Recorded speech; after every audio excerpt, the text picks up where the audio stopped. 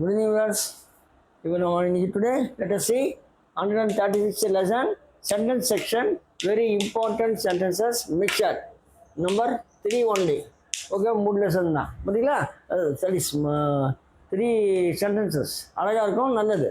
இதில் என்ன பண்ணியிருக்கோம், அட்ஜெக்டிவ் அட்வர்ப் ஜென்ரல் சென்டென்ஸ்னு போட்டிருக்கோம், அதை பாருங்கள்.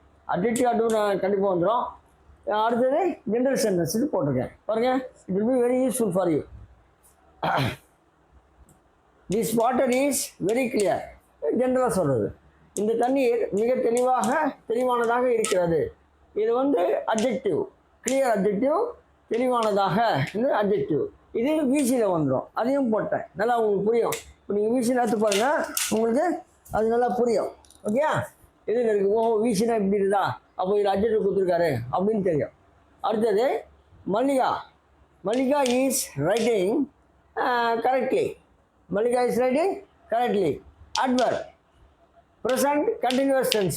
அப்படின்னா இதுதான் present continuous tense. I am writing, they are writing, he is writing, Malika is writing correctly. Adverb, present continuous tense.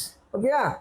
So Malika தெளிவாக எழுதி கொண்டு இருக்கிறாள் தான் present continuous tense. Adverb here is correctly. இன்னும் அழகாக இருக்கு பாருங்க, adjective sentence, adverb sentence. இன்படி தான் வரும், அந்த மாதிரி கொடுத்துடலாம். ஏன்னா அட்ஜெக்டிவ் நம்மகிட்ட ஒரு 300 இருக்குது, இது ஒரு அட்வர்ப் ஒரு 300 இருக்குது. அதை நம்ம இந்த மாதிரி சென்டென்ஸ் செக்ஷனும் கொடுத்து விட்ருவேன், அது நல்லா உங்களுக்கு புரியும்.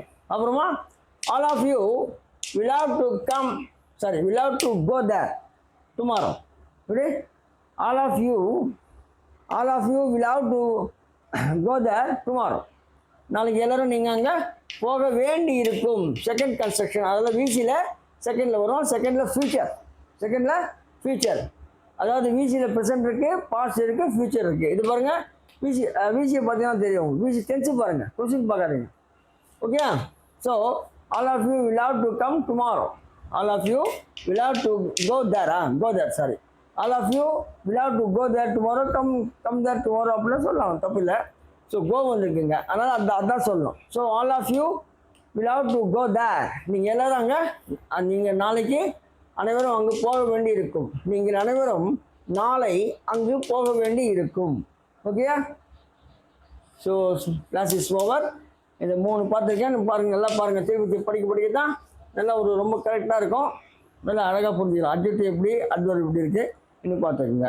எல்லாம் கைண்ட்ஸ் இருக்குது, அதெல்லாம் அப்படியே வந்து கைண்ட்ஸுன்னு சொல்ல மாட்டோம், நம்ம அப்படியே சொல்லிடுவோம். அட்வர்பில் கைண்ட்ஸ் இருக்குது, அட்ஜெக்டிவில் கைண்ட்ஸ் இருக்குது, அதெல்லாம் வேணாம் குழப்பம்.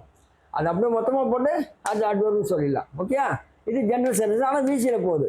வீசினா வெர்பு கன்ஸ்ட்ரக்ஷன். ஓகேயா? So class is over. நீங்கள் சப்ஸ்கிரைப் பண்ணுங்கள், ஷேர் பண்ணுங்கள், லைக் பண்ணுங்கள். அடுத்தது விகே மான்வீகம் போகலாம். ரைட்டா? தேங்க்யூ.